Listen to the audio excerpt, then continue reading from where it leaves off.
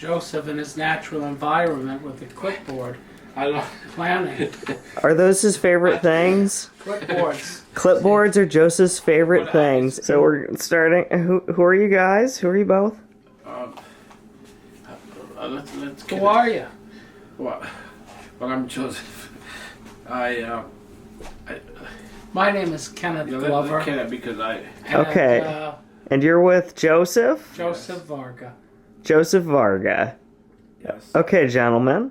So we're here to talk about an upcoming trip you're both going on. To where?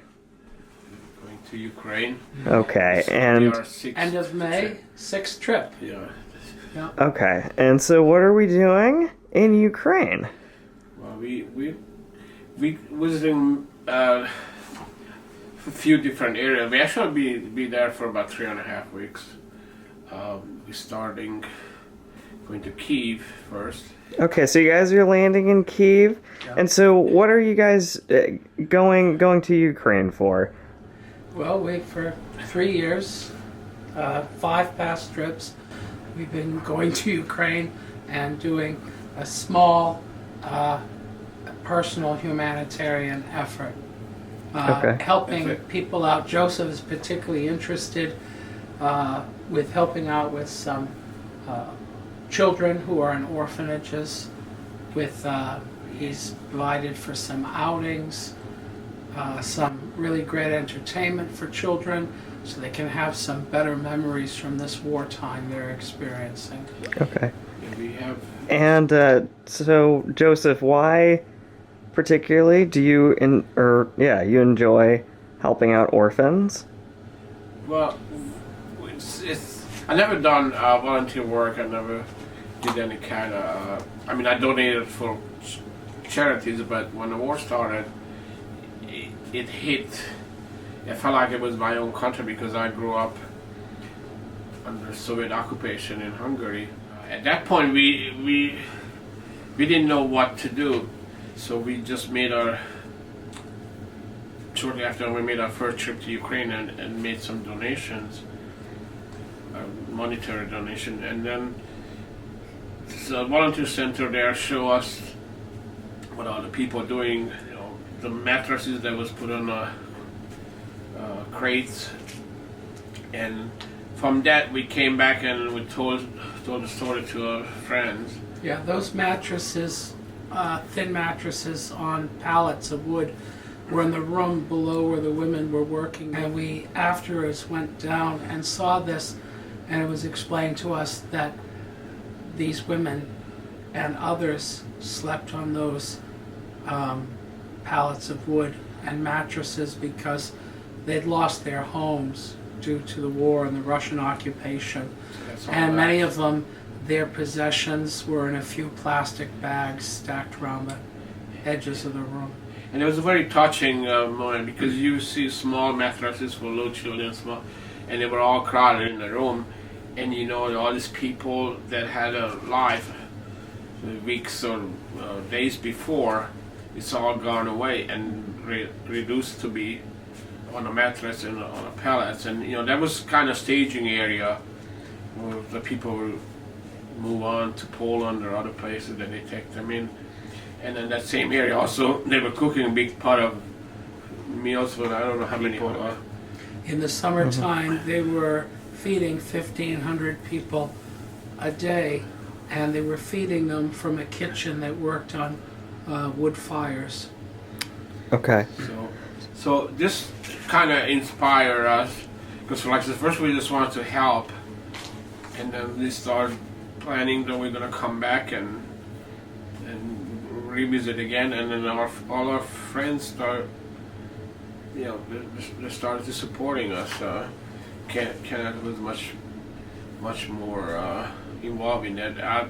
I'm more like a planner with my clipboard. I planned where we're gonna go and how many days and how we're gonna travel. Yeah. I provide a walking tour in Salem, historical tour, and so it became a little simpler for me. I wore a lanyard with my tour license in Ukrainian colors, and people would ask me about it, and I'd have an opportunity to share what I and Joseph were doing. And then people in the community itself were actually walk past people's homes, began to take an interest, and before long, the Pickering House invited Joseph and I to speak about the trips we had so far made to Ukraine, and they began to help us raise money, including Hamilton Hall and Friends of Broad Street Cemetery. Okay. So, what are some of the things you guys have helped provide for the Ukrainian people? We were in Kiev, and we toured a bomb shelter for school children, and we had already made a donation to a technology class, but after seeing the bomb shelter, we asked how much money it would cost to do the work they needed to do in the shelter below the school. And we found that we could afford that amount of money, so we made the donation, and they repainted the walls, they cleaned it up, they improved the air circulation or the duct work underneath, put foam flooring on the floor of the cement for 900 children, and then even lots of people who live in the neighborhood at night. And when we returned, the shelter work was completely done, and we learned last June that the school, building 196 in Kiev, was one of 3 schools in Kiev that were certified for final exams in June. And only 3 schools, and they met all 3 criteria, which included the shelter work. Yeah. And so we visited the shelter, saw how beautiful it was now and functional, and realized that the next day the youth would be taking their final exams, and it was made possible from the donation of a Quaker meeting that helped fund that as well. Wonderful. And then not well, we've been also visiting the refugee centers, and we're donating food, buying food for them, and even kitchen appliances. But one of the things that we started is it's coming out from mostly we set aside some money, and we visit orphanages, refugee centers, and volunteer centers, and we bring them pizza. So we have a little pizza party. So just the last trip we bought a total of 150 pizzas because we help the children, because I know that it's still a pretty poor country, and they have some basic food, but the children want sometimes a little extra. We also put together a little candy packages because we were in January, so it's right after Christmas, but it was still part of the Eastern Orthodox Christmas. So we had little Santa packages for all the children, or hundreds of them, and little chocolate Santa Claus.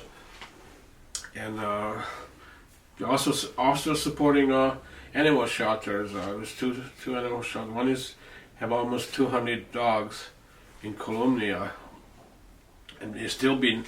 We donate the amount of money we donated. They're still bringing them food, and they posting it on the internet to showing us to donation. And another one is in Colombia. They both dogs and cats.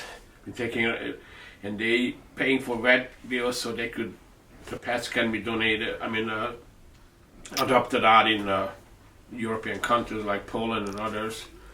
So yeah, and in this city of Kolumnia, Ukraine, we spent some time there at a volunteer center, and one evening we were having a discussion after a day's work, and our friend Hala, she was just talking, and that they had been praying for a van, and Joseph had purchased a Mercedes van, which we used to travel to within 10,000 feet of the front lines where the Russians are, to deliver humanitarian assistance to soldiers there.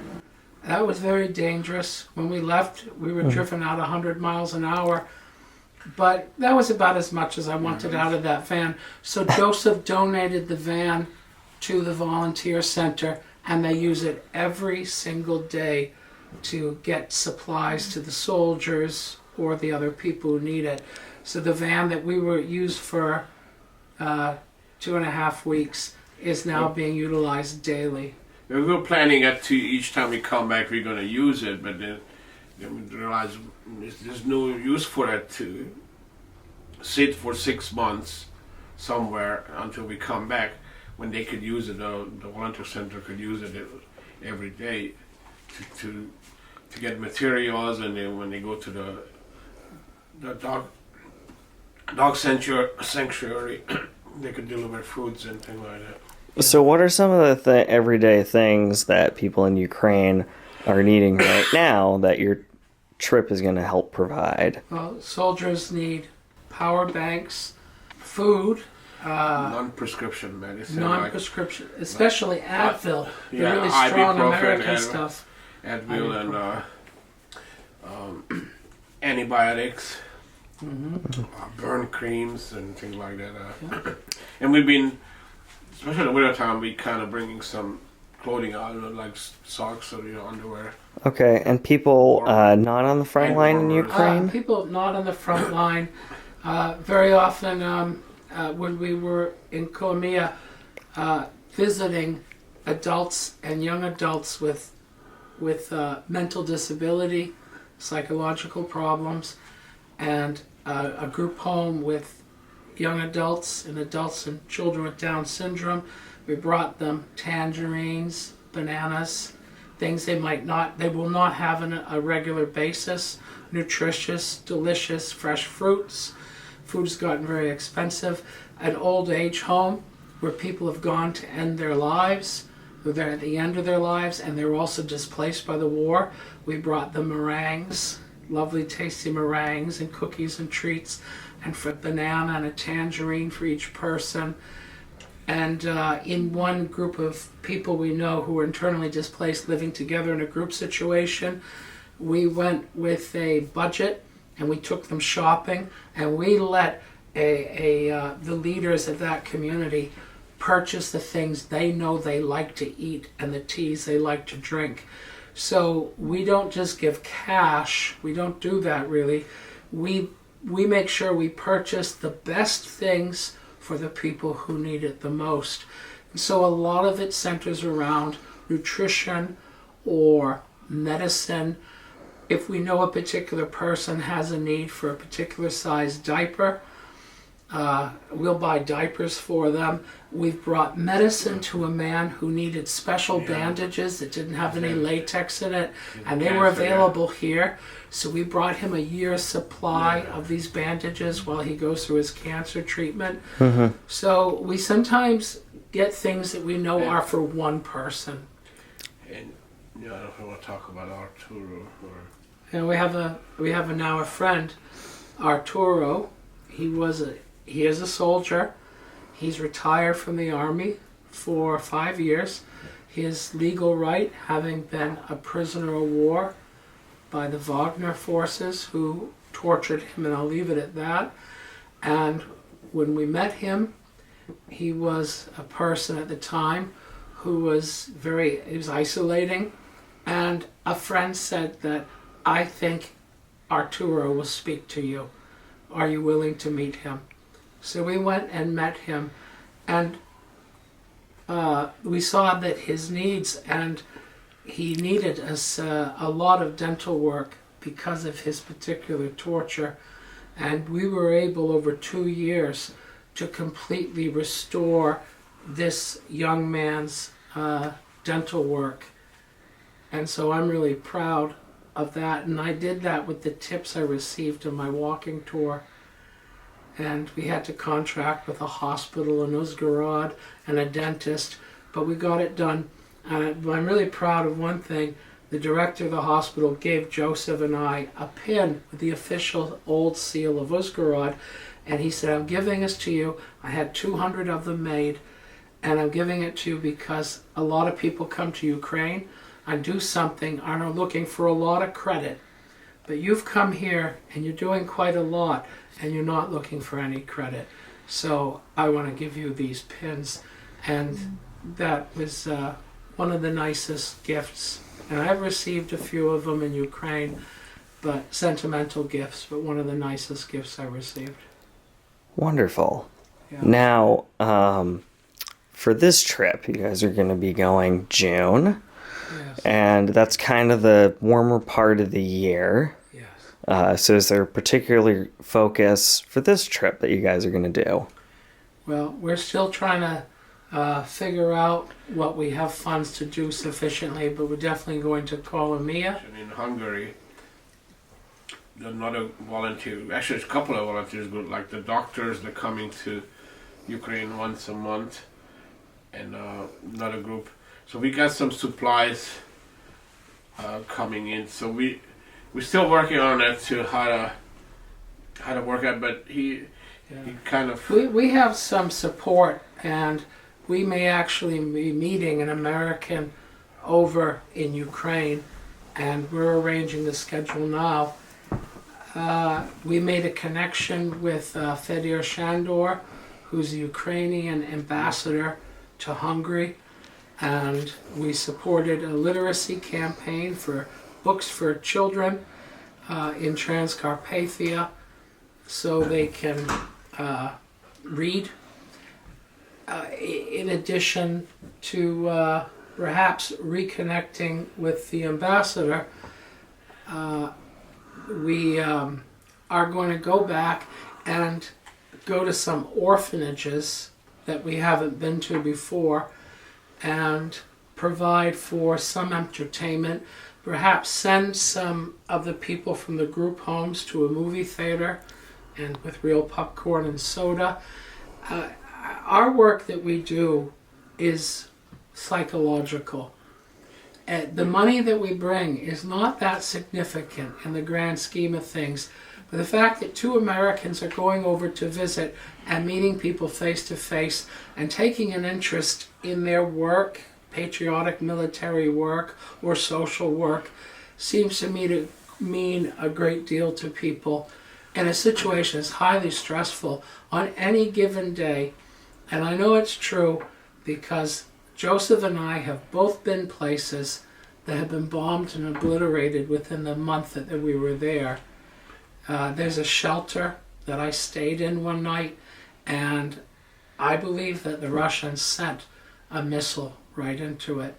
And so we've sort of played the Ukrainian lottery, where I can point to pictures that I'm in and now know that the place is an absolute ruin. They go through that every day. But you often hear the air sirens coming on. It's something I, before I went to Ukraine, never hear it in real life. I just saw them in movies. And then I know the first time we hear it, it was really strange and kind of worried about it. But now we heard it so many times, sometimes we just almost like block it out, because that's what the people in Ukraine doing for more than 3 years now. The constant air siren coming on. And when we visited Odessa, we actually see it was a siren going on. We didn't know what we should do. And you see people on the street still walking their way, because you can't, it's coming on so often that you can't just run into the shelter anymore. People have their life to go. Yeah. If I could sum up this trip, I would sum up this trip that this trip for about 3 weeks, we're going to slow down significantly. We're going to spend time with people other volunteers that we have supported, and really spend time to get to know them, to spend quality time and have a conversation, maybe stay a couple of days, stay in a relative's house and eat together, still do volunteer work. But after 5 trips, we've realized that we need to really spend quality time with the people that we have been working with. Constantly stay busy, just running around and not really have much time, because constantly going to visit places. And like I said, we're not only supporting just volunteer groups, but individuals. Like we have Irina, she's preparing meals for the soldiers, hundreds of meals every day, and ship them off to the front line. And then we got Violetta. They're doing trench candles and Also food. yeah, food, dehydrated foods. All right. Now, how could somebody get involved and help you guys out with this trip? Well, if someone wanted to get involved, the best thing for us to do is purchase things there. So if someone wanted to make a donation, that would be very helpful. If you wanted it to be tax deductible and takes a tax burden off of me, a check, for instance, could be written to North Shore Friends Meeting, my Quaker meeting, and they will pass 100% of the money to us, which we will spend on material assistance. Just put in the memo line, Kenneth/Ukraine, and you could send that to 20 Essex Street, Beverly, Massachusetts, 01915, 2020 Essex Street, Beverly, Mass, 01915. And we will use that and steward that money very carefully. Okay. And is there anything else, gentlemen, you'd like to share? Slava Ukraini. Heroям slava.